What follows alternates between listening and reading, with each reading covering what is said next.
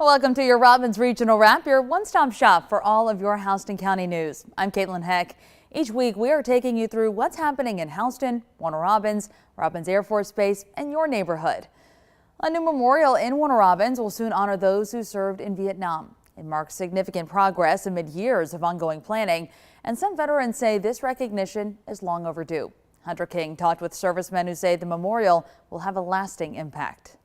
Bob Braley remembers when he returned home from Vietnam in 1969. He had to change out of his uniform before leaving the base. When we came back and we landed in California, they said before you leave the base to go to a commercial airport, you have to have nothing on that represents military, to including shoes. Now, more than 5 decades later, Warner Robins prepares to honor Vietnam veterans with a new memorial. It's very important. I can remember when my uncle came and knocked at the door when I lost my first cousin in Vietnam in '68. The project has been in discussion since 2012. For some veterans, the wait has been too long. It's a long time coming. It should have been done over almost 30 years ago. Well, right now it doesn't look like much, but this will happen in 2 phases. The first phase is the memorial itself, and then the second phase will be a visitor center, which will welcome the thousands of people that drive across I-75 every single day. Braley says the memorial will serve as a reminder for future generations. I think number one, it's good. It's for history, number one. The history is there. Most people will eventually will probably forget about Vietnam, but at least you've got something there. And for those who served, it represents long-awaited recognition in a city built around military service. Everyone who has served in Vietnam is actually heroes. In Houston County, Hunter King, 13 WMAZ News. And the city is hosting a land tribute event Friday at 2 o'clock at the intersection of Watson Boulevard and Vietnam Veterans Memorial Parkway. Developing this week, the U.S. Department of Justice filed a lawsuit against Houston County and its 5 commissioners. They argue the county system of electing county commissioners at large by the entire county violates the Federal Voting Rights Act. The U.S. Attorney's Office filed that lawsuit in federal court in Macon. It says 31% of Houston voters are black based on data from the census, but the lawsuit alleges electing commissioners countywide reduces the impact of minority voters. The lawsuit says Houston County has elected just 1 black commissioner since Reconstruction. The Department of Justice wants a federal judge to order the county to create voting districts for the commission. Houston County released a statement about the lawsuit saying in part, quote, "At this time, Houston County is continuing to investigate the allegations made by the DOJ and determine whether the evidence supports those allegations." The statement from the county says the DOJ first notified them about the multi-year investigation in December. And with new Justice Department leadership taking over with the swearing in of Donald Trump, it's unclear whether that DOJ will continue the lawsuit. Well, a possible shakeup to Warner Robins city leadership. City leaders apparently asked the longtime Parks and Recreation director to leave his position after he returned from holiday break. Hunter King went to the North Houston Sports Complex to find out more. This complex is one of several that Jared Renault oversaw in his more than 25 years with the city. And now some employees and some community members are concerned at his sudden departure. According to people posting on social media, Renault was reportedly handed a letter this month asking him to resign and demanding he immediately turn in his city vehicle and keys. According to those posts, he refused. Now, we reached out to Mayor LaRonda Patrick and the new city manager, James Drinkard. They would not comment, but saying they're working on a statement. We also reached out to 3 city council members. They also declined to comment. They say the matter is now in litigation. Some of Renault's supporters say they're rallying support to attend Tuesday's council meeting. They say the council may vote then on his job status. Now, as director, Renault has not only managed these sports facilities, but also the International City Golf Club, where he was the general manager. Reporting in Warner Robins, Hunter King, 13 WMAZ News. Now, we did hear from City Administrator James Drinkard. In a statement, he called social media comments about Renault's firing, quote, misinformed and inaccurate, but did not go into detail. The Warner Robins City Council meeting is scheduled for Tuesday at 5 p.m. at City Hall. And in more personnel news, Warner Robins leaders filled vacancies in some top leadership positions in the last year, like a new fire chief and the administrator. But they haven't hit the jackpot yet on hiring a finance director. Megan Western shares their progress. Welcome to the year 2025, where technology is at the forefront. We cannot ignore the fact that we are not attractive as an employer when your finance director would have to sift through papers to find answers. In 2023, Mayor LaRhonda Patrick shared technology was the main reason they couldn't get a finance director in the door, and they're still working to update it. In December, we entered into a contract with Tyler Technologies. So we've selected the software. City Administrator James Drinkard says that process will take a little over 2 years to complete and aid more than just their finance department. Now he's found other reasons they haven't quite got the golden ticket. I noticed how spread out the financial operations were, again, across multiple departments. Which he says doesn't allow a finance director to be the true chief. Well, that's going to discourage a lot of people for applying for that role because they have the liability without the control. So instead of a push forward, we're going to slow it down a little bit because we want to recruit based on where we're going, not where we are. So now the plan, do some restructuring and bring in an interim. We need to get somebody in here now that has a good set of experience. They're working with Sumter Local Government Consulting to find a fit. Last summer, the city approved to pay the company $32,000 to find a finance director. We want to recruit a finance director based on the new structure. He says despite leadership, financially, the city of Warner Robins is sound. But he says a director would make them better. There's no tentative hiring date, but Drinkard says ideally a finance director would start at the beginning of a new budget cycle in July. In Warner Robins, Megan Western, 13 WMAZ News. Drinkard says the idea is for the interim to serve a 6 to 12-month term. They would make $18,000 a month without benefits. The money is coming from their payroll, which they would have spent on a full-time director. Housing costs remain a major challenge for many in central Georgia, which is why Warner Robins city leaders are taking steps to address the issue. City Council approved rezoning for 2 new housing developments. One is a 15-acre project on Southland Station, the other 3 acres on Alberta Road. Hunter King talked to some people in the neighborhood about what this could mean for them and the growing city they live in. Along Southland Station Drive, a quiet neighborhood looks out on woods that won't be there much longer. It's going to be different from seeing the trees and making me think I'm live across from a forest. But for Cynthia Smith, the change is welcome. She's lived here since 2017, watching as housing costs climbed out of reach for many. Warner Robins need more affordable housing because now the rent is just too much. The development will bring townhomes to this 15-acre plot. It's one of 2 projects just approved for rezoning as the city works to provide more housing options. I advocate a lot for having different types of structures for home ownership because everybody cannot afford that traditional home that used to be built all the time here. Shirley Mills says the key is making sure the development enhances the community. I believe it's going to be beautiful. Helpful to the people. Helpful. While this isn't government-subsidized housing, Mayor Patrick says private developments like this are crucial for the city's growth. That's especially true for young folks who move to the fast-growing county and military families over at Robins. We have you have the new missions coming into Robins Air Force Base. Everybody's not going to be an officer. You're going to have some that just got out of basic training who are coming here who may have a small family and they can't stay at the barracks. They got to stay somewhere. With recent estimates of average home prices at more than $250,000, some neighbors are pleased with the developments. I mean, everyone deserves affordable and a decent place to live. And this development, just one piece of Warner Robins' growth strategy. The mayor says they're also working on improvements to handle the increased traffic that these new developments will bring. The Southland Station development is expected to begin construction later this year. Mayor Patrick says she'll give her State of the City address in March and talk about the city's growth plan. Meanwhile, water is back on for people who live in some Perry mobile homes after they had dry pipes for days. Pecan Grove Mobile Homes Management told them some pipes burst, but the pressure has been ebbing and flowing for 6 days. Jasmine Lee spoke with some tenants about the problem. Tenants at Pecan Grove Mobile Homes tell me water has been off and turned back on for short periods of time.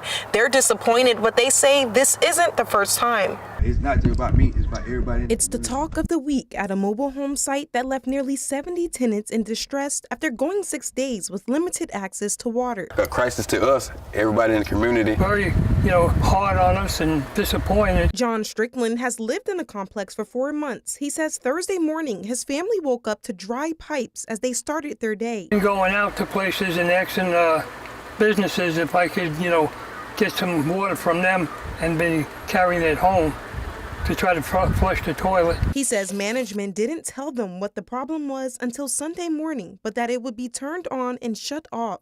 Neighbor Stephen Green says it's been inconsistent since then. We still gonna have to pay our water bill that's coming up next month. And then they done went up on lot fees and rent, but they do not want to come fix stuff in a timely manner. Right now, the water is back on, but Green says this isn't the first time they've spent days without water. He says it makes him think the root of the problem isn't being fixed. A pipeline had burst and had a leak in it. Then all of a sudden they said they fixed that one, and then they discovered another one. But the hose. Now, even though the water is back on, people are wondering if they will be compensated for the days they were left without service. Reporting in Perry, Jasmine Lee, 13 WMAZ News. Now, we did reach out to the mobile home management, but did not hear back from them. On Tuesday, Houston County Board of Education held its second of 3 public hearings on whether to opt out of House Bill 581. The Save Our Homes Act took effect this year. It introduces a floating homestead exemption, promising tax relief for homeowners. But some schools and local governments argue it threatens their funding. By law, agencies can opt out, but must decide by March the 1st. Carmen Brown said it on the Houston County meeting and shares what she learned. Tuesday, Houston County Board of Education held their second public hearing on House Bill 581, but drew no public comment. In fact, the only person to address the board was the district's chief financial officer. Now, 62.9% of Georgians voted yes for the law during the November election. So lots of people have been talking about the floating homestead exemption. In fact, many homeowners have taken to social media opposing counties and schools opting out. The district's chief financial officer, Michelle Morris, spoke in favor of opting out, stating the district relies heavily on property taxes. She said if the homestead exemption was in effect during the 2024 tax year, Houston County schools would have lost over $4 million. Morris said that opting out will preserve financial stability for educational resources. She said if the district does not opt out, they'd have to consider increasing the millage rate. In order to maintain the level of educational services and resources for our students, we would have to consider increasing the millage rate if we did not opt out. The millage rate for the school district has not increased in the past 16 years. Now, Morris says if they accepted the cap, the district would have to contribute more to the state than it receives in revenue. In Perry, Carmen Brown, 13 WMAZ News. Now, Houston County Board of Education has their third and final hearing on this Wednesday at 2 p.m. at the Board of Education office on Main Street in Perry. The Houston County School District is working to provide learning opportunities and resources for families. 2 big ways they contribute is through the food pantry and resource room.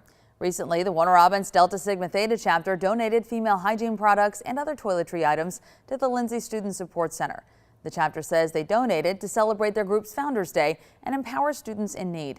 Center Coordinator Bonnie Brown says they want to grow their supply of donations to help reach even more families.